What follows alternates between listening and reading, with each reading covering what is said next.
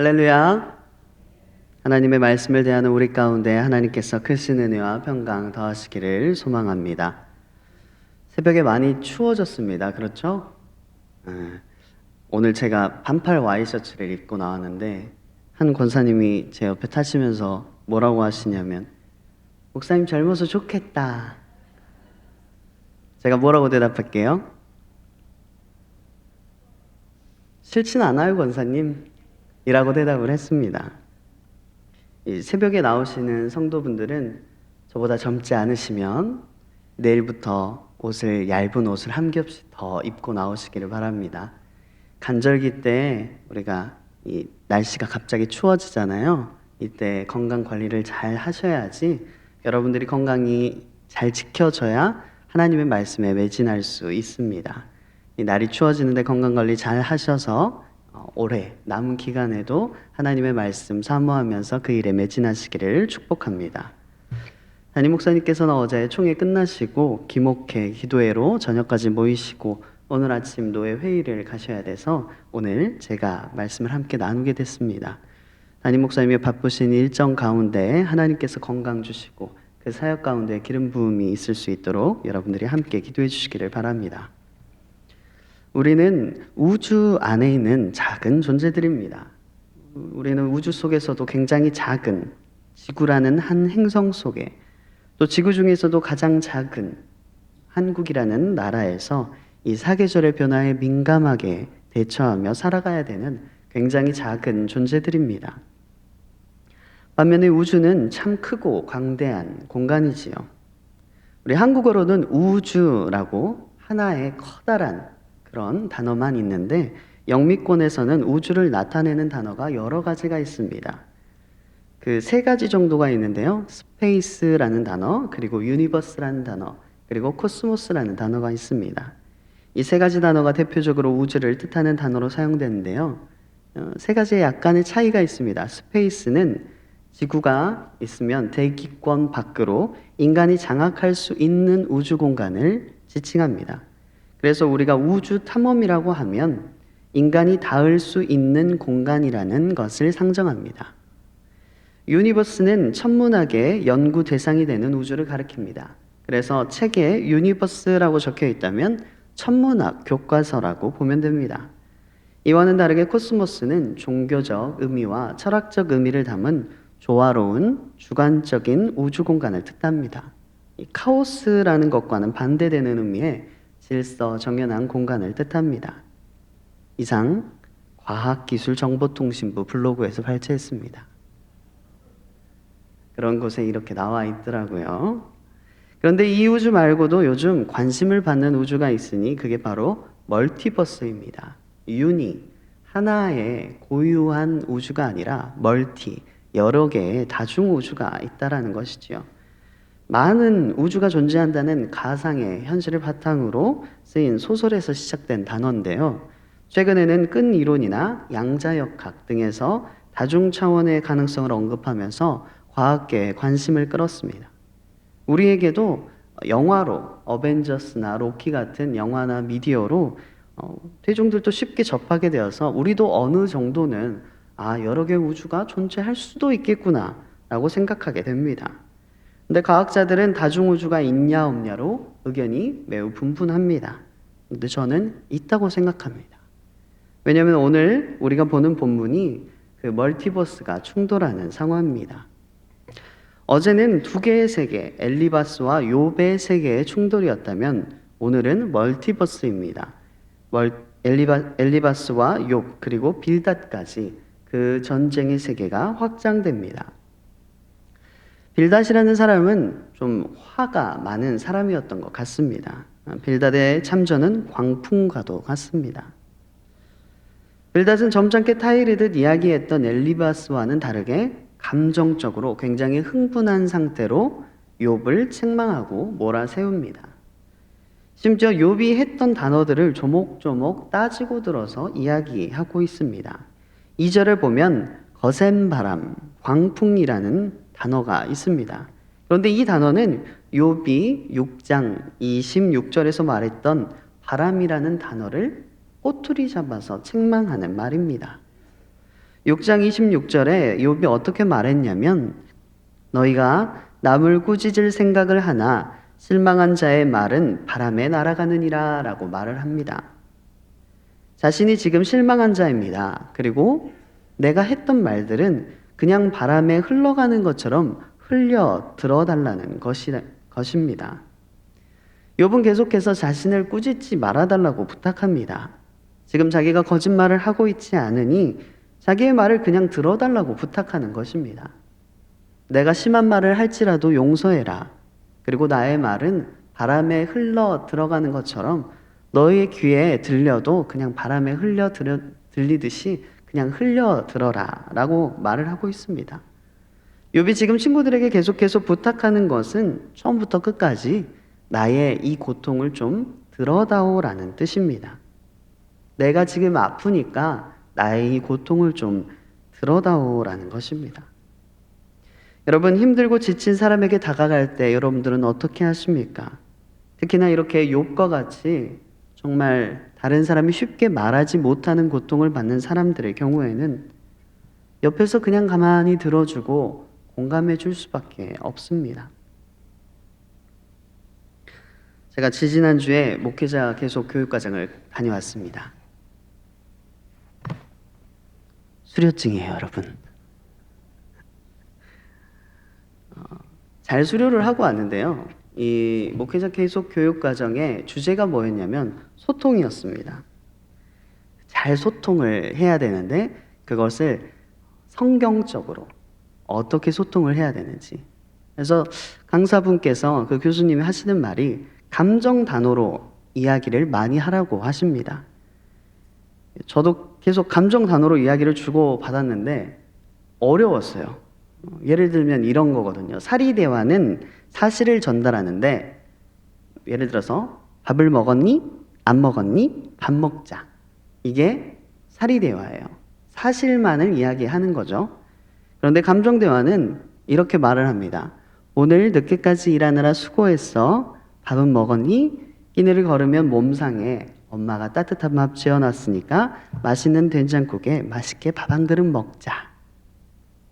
여러분 들으실 때 어떻습니까? 길어요. 아주 길어져요. 문장이. 밥 먹었니? 밥 먹자. 이 두 마디면 끝날 게 굉장히 길어집니다. 그래서 바쁜 현대인들은 사리대화, 그러니까 사실만을 말하는 대화에 굉장히 익숙해져 있다는 것이죠. 그래서 감정대화를 안 한다는 것입니다. 특히나 약간 오글오글 하잖아요. 남자분들이 이 감정대화를 잘 못하십니다. 대화할 때 주로 남성분들은 공감보다는 해결책을 많이 제시하려고 합니다. 저도 그래요. 저도 저랑 같이 사는 친구에게 뭔가 들으면 그랬구나가 아니라 그건 이렇게 해야지라고 말을 합니다. 해결책을 많이 제시하려고 합니다. 지금 욥과 친구들의 상황이 딱 그런 상황입니다. 욥은 지금 감정적으로 공감해 줄 사람이 필요합니다. 아프니까 내 아픔을 공감해 줄 사람이 필요합니다. 감정 대화를 원하고 있는 것이지요. 그냥 들어달라고 말을 하고 있습니다. 계속해서 내 말은 지금 중요하지 않고 나는 실망하였고 내가 몇 개월간이나 잠도 못 잤고 내 상태가 정상이 아니니까 내가 하는 말은 바람처럼 흘려듣고 내가 아프다는 것만 지금 공감해 줬으면 좋겠어라고 말을 하고 있는 거예요. 그런데 엘리바스와 빌닷은 계속해서 해결책을 제시하려고 합니다. 특히나 빌닷은 엘리바스보다 더 하나님에 대해서 오해하고 있습니다. 본문 4절에 보니까 네 자녀들이 주께 죄를 지었으므로 주께서 그들을 죄에 버려두셨나니 라고 나와 있습니다. 하나님께서는 자녀들의 죄로 인하여 그 부모를 벌하시는 분이 아닙니다. 신명기 24장 16절에는 연좌제를 금지하시는 하나님 말씀이 적혀 있습니다. 아버지는 그 자식들로 말미암아 죽임을 당하지 않을 것이요 자식들은 그 아버지로 말미암아 죽임을 당하지 않을 것이니 각 사람은 자기 죄로 말미암아 죽임을 당할 것이니라. 그런데 이 하나님에 대해서는 빌닷은 모르고 있습니다. 그저 빌닷은 자기가 아는 하나님에만 심취하여서 욥을 책망하고 있는 것이지요. 지금으로부터 3,400년 전에 연좌제를 금지하신 그 하나님의 사랑을 이해하지 못하고 있습니다. 빌닷은 욥에게 네 자녀들이 죄를 지었고 그것으로 인하여 죽었고 너 또한 그 죄로 인하여 고통받을 수도 있다라고 말을 하고 있습니다. 얼마나 하나님에 대해서 잘못 알고 있습니까? 그리고는 11절에서 15절까지 자신이 만난 하나님을 근거로 욥의 삶을 해석합니다. 본문에서 빌닷은 왕골과 갈대 그리고 거미줄을 예로 들어서 설명하는데요. 왕골은 애굽 강변이나 물이 고여 있는 곳에서 늪지대에서 자라는 식물인 파피루스를 이야기합니다. 파피루스는 다량의 물이 없으면 자랄 수가 없는 식물입니다. 갈대도 마찬가지지요. 그래서 항상 강변, 물이 있는 곳에서 자라게 됩니다. 이것들은 물이 없으면 이내 말라 비틀어지고 맙니다. 한순간이라는 것이지요. 그림자와 같이 없어지는 존재들이라는 것입니다. 거미가 지은 집도 순식간에 없어지는 것입니다. 거미가 촘촘하게 집을 끈끈하게 잘 짓는 것 같습니다. 그리고 작은 곤충들이 걸리기는 하지만 비가 오고 나면 이내 다 끊어지고 흔적도 없이 사라지고 맙니다. 이 파피루스와 갈대같이 풍성하고 거미줄과 같이 촘촘해 보이던 너의 삶이었으나 그 모든 것들이 다 날아간 것을 봐라. 네가 지금 물 없는 갈대와 같이 말라가고 있으니 더 이상 죄를 짓지 말고 너의 자녀들의 죄라도 회개하고 하나님께로 돌이키라고 종용하고 있는 것입니다. 엘리야바스와 같이 인과응보의 하나님, 선한 자에게는 선으로 갚으시고 악한 자에게는 악으로 갚으시는 하나님에 대해서 말하고 있는 것이지요. 여러분, 우리의 하나님은 어떻습니까? 여러분들이 믿고 있는 하나님은 어떻습니까? 여러분의 하나님은 선한 자에게 선으로, 악한 자에게 악으로 갚으시는 하나님이십니까? 그렇지요? 그렇습니다. 하나님의 모습 중에 한 부분입니다. 정의와 공의의 하나님, 그 모습이 특히나 구약에서 굉장히 강력하게 드러나지요. 그런데 우리에게는 신약이 있습니다. 그렇죠? 신약의 하나님은 어떤 모습으로 나타나시나요? 그렇죠. 우리에게는 하나님이 가장 강력한 메신저, 예수 그리스도를 통해서 우리에게 알려준 사실이 있습니다. 그것은 죄인 된 우리를 선대하시는 하나님이시라는 것입니다. 우리가 선하여서 예수 그리스도를 우리에게 허락하신 것이 아니라 우리가 죽을 수밖에 없음에도 불구하고 우리가 악인 되었음에도 불구하고 그 악을 선으로 선대하신 하나님이시라는 것이지요. 죽을 수밖에 없는 우리를 위해서 죄가 없는 예수 그리스도를 십자가에 못 박혀 죽게 하셨습니다. 정의와 공의의 하나님이시라면 죄가 없으신 예수 그리스도를 어떻게 죽이실 수 있겠습니까? 그러나 사랑의 하나님께서 그 안에 함께 하시기 때문에 우리를 위해서 죽이시고 그 보혈의 피로 말미암아 우리를 구원하신 하나님이십니다.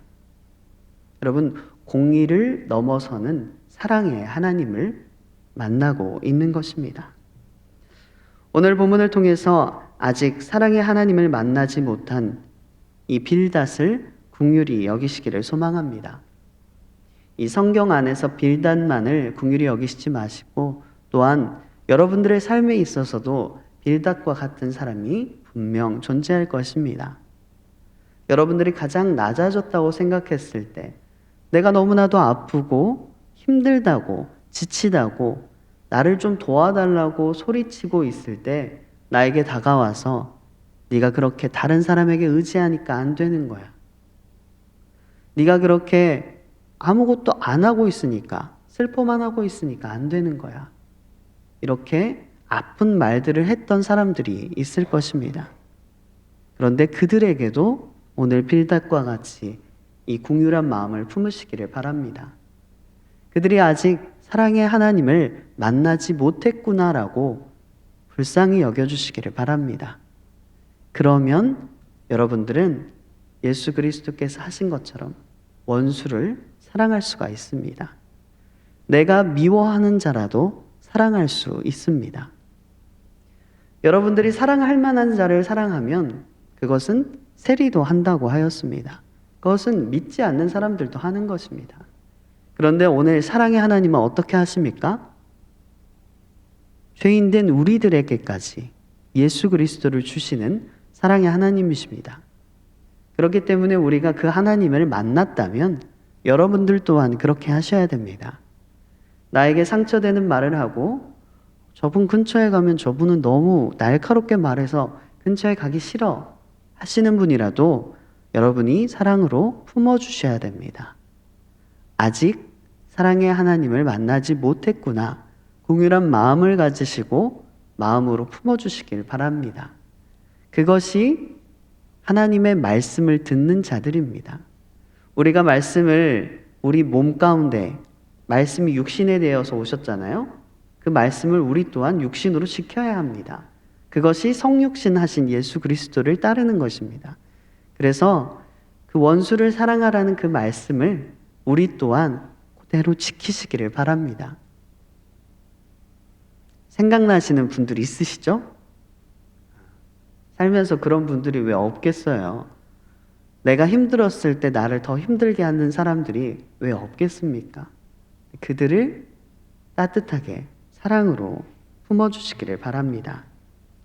그 원수를 사랑하라는 그 말씀을 잘 지키신 여러분의 마음 가운데에 하나님께서 수고했다, 참 잘했다, 나의 음성을 지켰으니 내가 사랑하는 자구나 라고 하나님께서 여러분들의 삶을 축복해 주실 줄 믿습니다. 함께 기도하시겠습니다. 사랑이 풍성하신 하나님, 감사와 찬양을 올려드립니다. 오늘 우리가 욥의 삶을 묵상합니다. 하나님은 고난 가운데에서 너무나도 아파하는 이 욥의 모습을 우리가 바라봅니다. 욥은 계속해서 내가 정말 아프니 나의 말을 들어다오라고 외치고 있습니다. 하나님, 우리 또한 낮아진 마음으로 듣는 마음을 우리에게 주셔서 하나님, 이 아픈 자들의 음성을 들을 수 있도록 주님 인도하여 주시옵소서. 빌닷과 같이 하나님을 오해하고 다른 사람을 힐난하고 비난하기보다는 욥과 같이 낮아진 마음을 가지고 욥과 같이 눈높이를 맞추고 아픈 자들을, 그들의 삶을 들어줄 수 있도록 주님 인도하여 주시옵소서. 하나님, 말씀 가운데 오신 하나님을 계속해서 만나고 알아갈 수 있도록 인도하여 주시옵소서. 듣는 마음을 주셔서 아픈 자들, 힘들고 지친 자들의 음성에 귀 기울이게 하시고 예수 그리스도께서 하셨던 것 같이 듣고 공감해서 치유하고 회복을 함께 경험할 수 있도록 인도하여 주시옵소서. 모든 것을 주님께 의지합니다. 사랑이 많으신 예수 그리스도 이름으로 기도드립니다. 아멘.